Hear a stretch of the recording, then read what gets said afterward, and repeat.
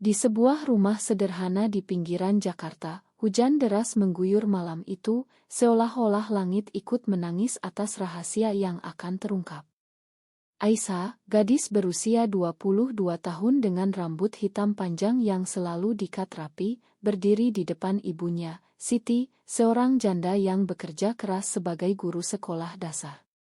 Dengan suara gemetar, Aisyah berkata, "Bu, aku suka perempuan, aku lesbian," dan dunia seolah berhenti berputar saat air mata mulai mengalir di pipi keduanya. Siti terpaku, matanya melebar karena syok, tangannya yang biasa memegang kapur sekolah kini mengepal erat. Ia tidak langsung marah, tapi diamnya seperti badai yang mendekat. Aisyah menunggu, jantungnya berdegup kencang, mengingat semua malam ia habiskan dalam diam, menyembunyikan perasaannya terhadap Rina, teman kuliahnya yang telah menjadi lebih dari sahabat. Tapi malam itu keputusan Aisyah untuk jujur adalah langkah pertama menuju jurang yang tak terduga. Pagi harinya, Siti bangun lebih awal dari biasanya. Ia tidak bicara sepatah kata pun saat sarapan, hanya menatap Aisyah dengan mata yang penuh pertanyaan. Aisyah merasa seperti terdakwa di pengadilan, tapi ia tahu ini harus dilakukan. "Bu, aku sudah lama begini. Rina. Dia yang membuatku bahagia," kata Aisyah pelan, mencoba menjelaskan. Siti menggelengkan kepala, "Kamu salah, Nak. Ini pasti pengaruh teman-temanmu di kampus. Kita harus pergi ke psikolog." Kata-kata itu seperti pisau, menusuk hati Aisyah yang sudah rapuh. Konflik mulai membara saat Siti menghubungi keluarga besar. Ia ceritakan semuanya kepada kakeknya, Pak Hadi, yang dikenal konservatif. Aisyah butuh bantuan, dia bilang dia lesbian, kata Siti melalui telepon, suaranya bergetar. Pak Hadi marah besar, "Itu dosa besar. Kamu harus usir dia dari rumah sebelum menular ke saudara-saudaranya." Saran itu membuat Siti bimbang. Di satu sisi, ia mencintai Aisyah sebagai anak satu-satunya setelah ayahnya meninggal 5 tahun lalu. Di sisi lain, masyarakat Indonesia yang masih penuh stigma terhadap membuatnya takut kehilangan reputasi sebagai guru teladan. Aisyah, sementara itu, bertemu Rina di sebuah kai kecil di dekat kampus Universitas Indonesia. Rina, dengan senyum lembut dan mata coklat yang selalu menenangkan, memeluk Aisyah erat. "Kamu berani sekali, sayang. Aku bangga padamu," bisik Rina. Tapi Aisyah gelisah, "Ibuku. Dia tidak terima. Aku takut dia akan lakukan sesuatu yang ekstrem." Rina menggenggam tangannya, "Kita hadapi bersama. Ini bukan salah kita." Pertemuan itu memberi Aisyah kekuatan, tapi juga menambah beban, karena ia tahu hubungan mereka akan diuji oleh badai yang datang. Malam itu, Siti memanggil Aisyah ke ruang tamu. "Aku sudah pikirkan matang-matang. Kamu harus ikut pengobatan rohani di pesantren. Pak Hadi sudah atur semuanya," kata Siti tegas. Aisyah terkejut, "Bu, ini bukan penyakit. Aku lahir begini." Debat panas pun meledak. Siti menangis, "Aku gagal sebagai ibu. Kalau ayahmu masih hidup, dia pasti kecewa." Aisyah merasa hancur, tapi ia tidak mundur. "Aku tidak mau disembuhkan, Bu. Aku mau diterima apa adanya." Keputusan Siti untuk mengirim Aisyah ke pesantren adalah awal dari rantai pengkhianatan yang akan merusak ikatan mereka. Di pesantren di Bogor, Aisyah merasa seperti tahanan. Hari-harinya diisi dengan doa, ceramah tentang dosa, dan sesi konseling yang memaksa ia mengakui kesalahannya. Ustadzah yang memimpin sesi itu, Bu Nur, berkata, "Cinta sejenis itu godaan setan. Kamu harus lawan." Aisyah diam saja, tapi dalam hati ia memberontak. Ia kirim pesan rahasia ke Rina, "Aku tahan di sini demi ibu, tapi aku rindu kamu." Rina balas, "Aku akan jemput kamu kalau perlu." Tapi Siti, di rumah, mulai ragu. Ia lihat oto-oto lama Aisyah kecil, dan air mata jatuh. Apa aku salah, gumamnya. Sementara itu, rumor mulai menyebar di lingkungan sekolah Siti. Seorang rekan guru mendengar dari Pak Hadi dan mulai membicarakannya. Bu Siti punya anak lesbian. Kasihan, pasti malu. Siti merasa terpojok, reputasinya sebagai guru mulai goyah. Ia mulai menghindari tatap mata orang, tapi itu hanya membuatnya semakin kesepian. Di pesantren, Aisyah bertemu dengan gadis lain, Lina, yang punya cerita serupa. Aku juga dikirim keluarga karena suka cewek. Tapi aku pura-pura sembuh biar pulang, cerita Lina. Aisyah tergoda, tapi ia putuskan untuk jujur. Aku tidak mau bohong lagi. Konflik memuncak saat Siti datang mengunjungi. Aisyah menatap ibunya dengan mata merah karena menangis. Bu, ini bukan pilihan. Ini aku. Siti diam, tapi dalam hati ia mulai mempertanyakan keyakinannya.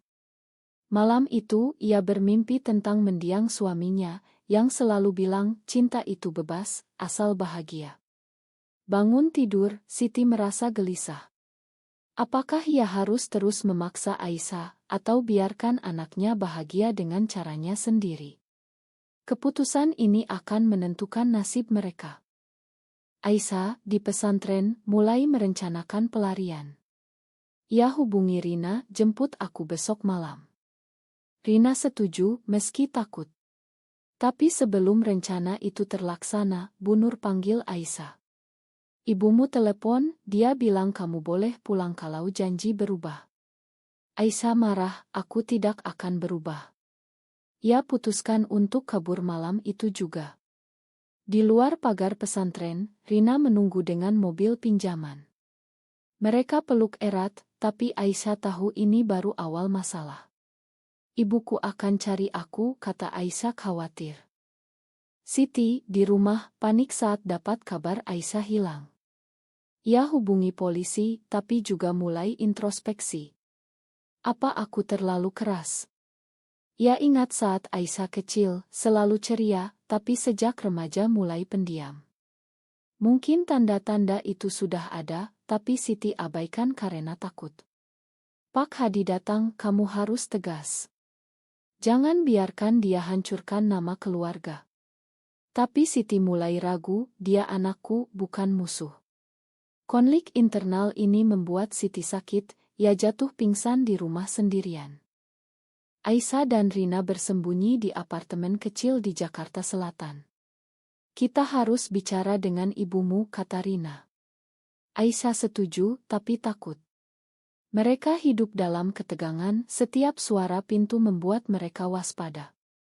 Sementara itu, Siti bangun di rumah sakit, dokter bilang stres berat. Di sana, ia bertemu psikolog rumah sakit yang ceritakan tentang penerimaan LUT. Banyak orang tua seperti Anda yang akhirnya paham, kata psikolog itu. Siti mulai membaca artikel online, meski hatinya masih bergolak. Siti keluar dari rumah sakit dengan pikiran yang lebih jernih, meski tubuhnya masih lemah. Ia putuskan untuk mencari Aisyah sendiri, tanpa melibatkan polisi lebih lanjut. Aku harus bicara dengannya, gumam Siti sambil mengemudikan mobil tua miliknya menuju kampus Aisyah. Di sana ia tanya teman-teman Aisyah, tapi tak ada yang tahu. Akhirnya seorang teman bilang coba tanya Rina, mereka dekat sekali. Nama Rina membuat Siti ingat, gadis itu sering datang ke rumah. Apa dia? Pacarnya? Pikir Siti dengan campur aduk. Aisyah dan Rina, di apartemen, mulai merencanakan masa depan. Kita bisa pindah ke Bali, di sana lebih terbuka, usul Rina. Aisyah ragu, aku tidak mau tinggalkan ibu begitu saja. Dia sendirian. Konflik hati Aisyah makin dalam, ia cinta Rina, tapi juga sayang ibu. Malam itu, mereka debat panas. Kamu harus pilih, aku atau ibumu. Kata Rina marah. Aisyah menangis, jangan paksa aku. Ini sudah cukup sulit. Hubungan mereka mulai retak karena tekanan. Siti setelah mencari seharian pulang ke rumah kosong. Ia buka album foto lama, melihat Aisyah kecil bermain dengan boneka, lalu remaja dengan prestasi sekolah. Kapan semuanya berubah? Tanya Siti pada diri sendiri. Ia ingat saat Aisyah pernah bilang tidak suka cowok, tapi Siti anggap canda. Sekarang ia sadar itu tanda. Pak Hadi telepon lagi, sudah ketemu. Kalau tidak, biar polisi tangani sebagai anak hilang. Siti tolak, ini urusan keluarga. Ia mulai melawan saudaranya sendiri. Di apartemen, Aisyah dapat pesan dari teman, ibumu cari kamu di kampus. Ia panik, Rina, apa kita harus pulang? Rina geleng, belum saatnya. Biar dia sadar dulu. Tapi Aisyah tidak tahan, ia hubungi Siti secara anonim melalui aplikasi. Bu, aku aman. Tolong beri aku waktu. Siti terkejut saat baca pesan itu, air mata jatuh. Nak, pulanglah. Kita bicara. Tapi Aisyah tak balas, membuat Siti semakin putus asa. Konflik sosial mulai muncul saat rumor sampai ke sekolah Siti. Kepala sekolah panggil ia, Bu Siti, ada gosip tentang anak Anda. Ini bisa pengaruh citra sekolah. Siti terpukul, itu pribadi, Pak. Tapi ia tahu, di Indonesia, isu sering jadi alat untuk menjatuhkan. Ia mulai kehilangan murid les priat, rekan kerja menjauh. Apa harga yang harus kubayar untuk mendukung anakku? Pikir Siti. Ini adalah momen ia mulai mempertanyakan norma masyarakat. Aisyah sementara itu mulai bekerja paruh waktu di KAI untuk mandiri. Rina dukung, tapi ketegangan antara mereka meningkat. Kamu terlalu mikir ibumu, kata Rina. Aisyah balas, dia yang besarkan aku sendirian. Debat itu berakhir dengan Rina pergi keluar, meninggalkan Aisyah sendirian menangis. Ia ingat masa kecil, saat Siti rela lembur demi biaya sekolahnya. Apa aku egois? Tanya Aisyah pada cermin. Siti, dalam kesendirian, mulai bergabung dengan grup online orang tua dengan anak. Di sana ia baca cerita serupa, penolakan awal, lalu penerimaan. Seorang ibu cerita, awalnya aku marah, tapi sekarang anakku bahagia. Siti terinspirasi, tapi masih ragu karena agama dan budaya. Ia sholat malam, minta petunjuk. Ya Allah, tunjukkan jalan yang benar. Pagi harinya, ia putuskan untuk hubungi Rina langsung. Rina terkejut saat Siti datang ke apartemen. Bu, bagaimana tahu di sini? Tanya Rina. Siti jawab, aku cari tahu dari teman kampus. Mereka bicara di ruang tamu, Aisyah sembunyi di kamar. Aku tahu kamu pacar Aisyah. Tolong, biar aku bicara dengannya, pinta Siti. Rina ragu, tapi panggil Aisyah. Pertemuan itu penuh emosi, Siti peluk Aisyah, makan ibu, nak. Aku salah kirim kamu ke pesantren. Aisyah menangis, Bu, aku takut kehilanganmu. Tapi rekonsiliasi tidak mudah. Siti bilang, aku coba pahami, tapi jangan tampilkan di depan keluarga. Aisyah kecewa, itu berarti aku harus sembunyi lagi. Debat muncul lagi, Rina ikut campur, Bu, Aisyah berhak bahagia. Siti marah, kamu yang pengaruh buruk. Situasi memanas, Rina pergi, meninggalkan Aisyah dan Siti bertengkar. Kamu pilih dia daripada ibu? Tanya Siti. Aisyah jawab, aku cinta kalian berdua. Malam itu, Aisyah putuskan untuk tinggal sementara dengan Rina di tempat lain. Siti pulang sendirian, hati hancur. Ia hubungi Pak Hadi, aku akan dukung Aisyah. Pak Hadi marah, kamu gila. Keluarga akan putus hubungan. Siti tegas, biarlah. Anakku lebih penting. Ini adalah pengkhianatan terhadap keluarga besar, tapi Siti rela bayar harganya. Aisyah dan Rina pindah ke rumah kecil di Depok. Hubungan mereka mulai pulih, tapi Aisyah rindu ibu.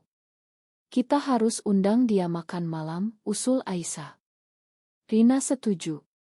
Sementara itu, Siti kehilangan pekerjaan karena gosip. Ma, Bu, kami tidak bisa pertahankan, kata kepala sekolah. Siti jatuh ke titik terendah, tapi itu membuatnya lebih kuat. Ia mulai cari kerja baru, sambil belajar tentang hak di Indonesia. Konflik mencapai puncak saat Pak Hadi datang ke rumah Siti dengan keluarga lain. Kamu harus usir Aisyah selamanya, kata mereka. Siti tolak, dia anakku. Mereka pergi, memutus silaturahmi. Siti menangis, tapi merasa bebas. Ia hubungi Aisyah, pulanglah, nak. Ibu dukung kamu. Aisyah terharu, tapi ragu karena Rina. Aisyah dan Rina tiba di rumah Siti untuk makan malam yang dijanjikan. Suasana tegang, tapi Siti coba ramah. Selamat datang, Rina. Duduklah, kata Siti sambil sajikan nasi goreng awrit Aisyah. Mereka makan dalam diam, tapi perlahan bicara. Bu, terima kasih sudah undang kami, kata Aisyah. Siti angguk, aku ingin pahami lebih dalam. Rina cerita tentang perjuangannya sebagai lesbian di keluarga broken home. Siti dengar, mata mulai lembab. Tapi malam itu konflik lama muncul lagi. Saat bahas masa depan, Siti bilang, kalian bisa tinggal di sini, tapi jangan tampilkan hubungan kalian di depan tetangga. Rina marah, itu berarti kami harus pura-pura. Aisyah diam, terjebak di tengah. Debat memanas, Siti bilang, ini demi lindungi kalian dari masyarakat. Rina balas, masyarakat yang salah, Bu. Aisyah akhirnya bicara, cukup. Aku capek jadi korban. Setelah Rina pergi marah, Aisyah tinggal bicara dengan Siti. Bu, kenapa susah sekali terima sepenuhnya? Tanya Aisyah. Siti jawab, aku takut kamu menderita. Di Indonesia, masih dianggap tabu. Mereka menangis bersama, mengingat masa lalu. Siti cerita tentang tekanan dari keluarga, kehilangan pekerjaan. Aku sudah bayar mahal, nak. Aisyah peluk ibu, makan aku, Bu. Pagi harinya, Aisyah kembali ke Rina. Ibuku coba, tapi butuh waktu, kata Aisyah. Rina ragu, aku tidak mau sembunyi selamanya. Hubungan mereka di ujung tanduk.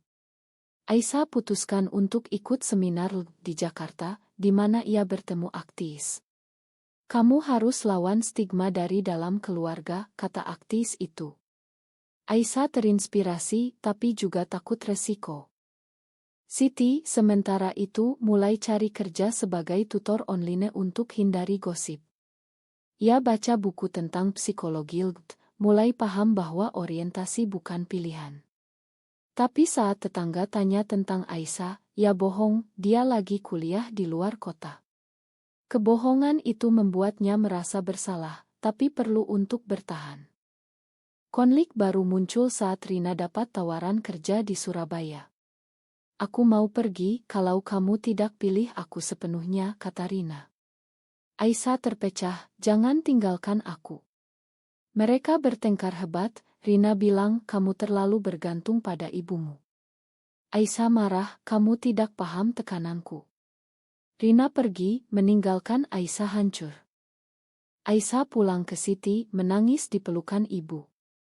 Rina mau pergi, Bu. Siti hibur, mungkin ini ujian. Tapi dalam hati, Siti senang karena berpikir mungkin Aisyah kembali normal. Ini adalah momen pengkhianatan internal, Siti masih belum sepenuhnya terima. Aisyah sadar itu, Bu, jangan senang atas penderitaanku. Beberapa hari kemudian, Aisyah hubungi Rina untuk rekonsiliasi. Aku pilih kamu, tapi aku butuh ibu juga. Rina setuju bertemu. Mereka bicara panjang, memutuskan untuk hidup bersama tapi beri waktu Siti. Sementara itu, Siti dapat kabar dari Pak Hadi, keluarga akan kumpul, kamu harus datang dan jelaskan tentang Aisyah. Siti takut, tapi putuskan hadir. Di acara keluarga di Bandung, Siti hadapi semua. Pak Hadi tuduh, kamu dukung dosa. Siti balas tegas, Aisyah bukan dosa, dia anakku. Kalau kalian tidak terima, aku pergi. Keluarga terkejut, beberapa dukung diam-diam, tapi mayoritas tolak. Siti pulang dengan hati berat, tapi bangga pada dirinya. Aisyah dan Rina mulai bangun hidup baru. Mereka ikut komunitas online dapat dukungan. Tapi tekanan sosial tetap ada, teman kampus mulai menjauh setelah tahu. Kamu aneh, kata seorang teman. Aisyah sakit hati, tapi Rina bilang kita kuat bersama. Siti, setelah kehilangan keluarga besar, mulai dekati komunitas orang tua LGBT. Di sana ia bertemu ibu lain yang cerita perjuangan. Awalnya susah, tapi sekarang bahagia lihat anakku menikah dengan pasangan sesama. Siti terkejut, menikah di Indonesia. Ibu itu jawab, di luar negeri, tapi kami dukung. Ini buka mata Siti lebih lebar. Konflik memuncak saat Aisyah undang Siti ke acara ulang tahun Rina. Di sana banyak pasangan lesbian. Siti datang, tapi gelisah. Melihat Aisyah dan Rina bergandengan, ia rasakan campur aduk, bahagia dan sedih. Aku coba, nak, kata Siti. Tapi saat pulang, ia menangis sendirian, mempertanyakan imannya. Aisyah sadar perubahan Siti lambat, tapi ia sabar. Terima kasih, Bu. Mereka mulai bicara lebih sering, Siti bahkan tanya tentang Rina. Tapi bayangan masa lalu tetap ada, membuat setiap langkah penuh hati-hati. Waktu berlalu 6 bulan, Aisyah dan Rina tinggal stabil di Depok, bekerja dan kuliah. Hubungan mereka lebih kuat setelah badai. Siti kunjungi sering, bawa makanan. Ini untuk kalian berdua, kata Siti sambil senyum paksa. Perlahan, ia mulai terima Rina sebagai bagian keluarga. Rina, cerita dong tentang keluargamu, tanya Siti suatu hari. Rina cerita, membuat Siti paham lebih dalam tentang perjuangan. Tapi konflik baru datang dari luar. Sebuah artikel online tentang penyimpangan seksual di Indonesia menyebut kasus serupa, dan tetangga mulai gosip lagi.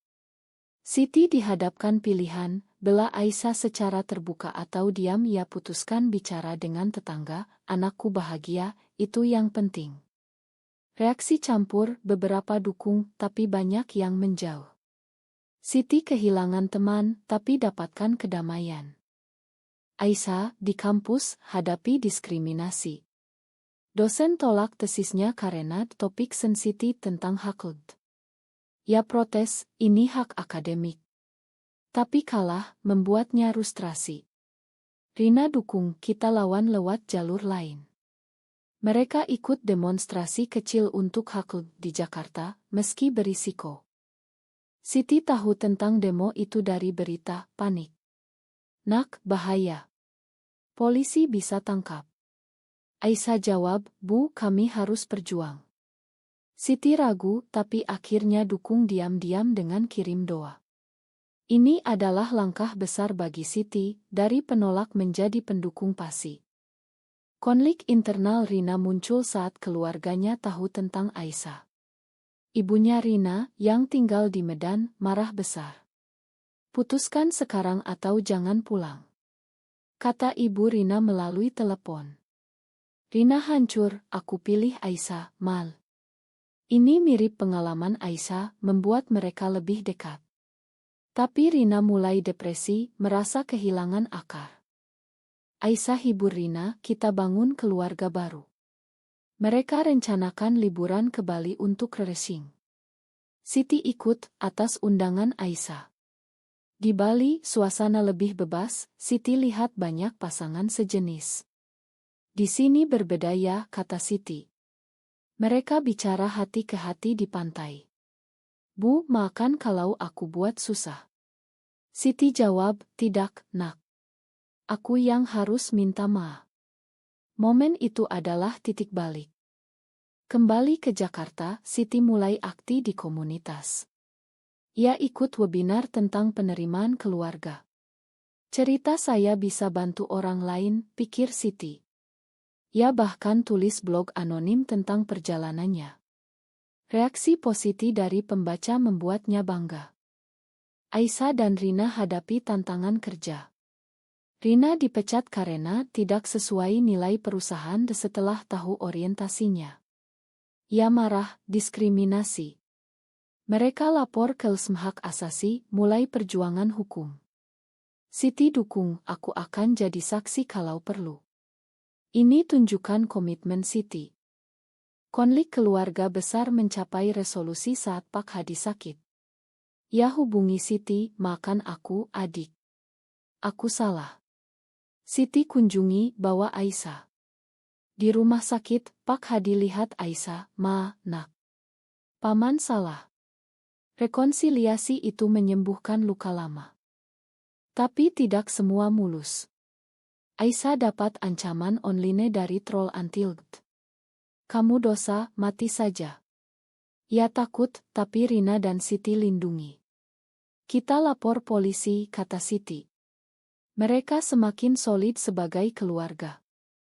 Tahun berganti, Aisyah lulus kuliah dengan tesis tentang hak LGBT yang akhirnya diterima setelah ganti dosen.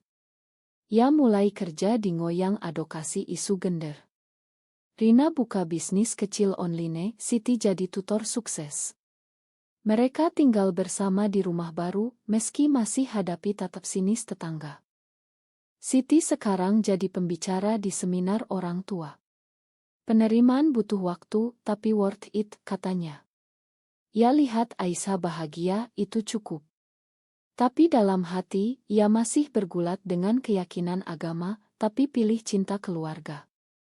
Aisyah dan Rina rencanakan komitmen seremoni sederhana di Bali, undang Siti. Bu, kamu mau datang?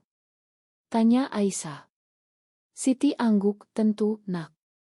Acara itu penuh emosi, Siti menangis bahagia. Aku bangga padamu.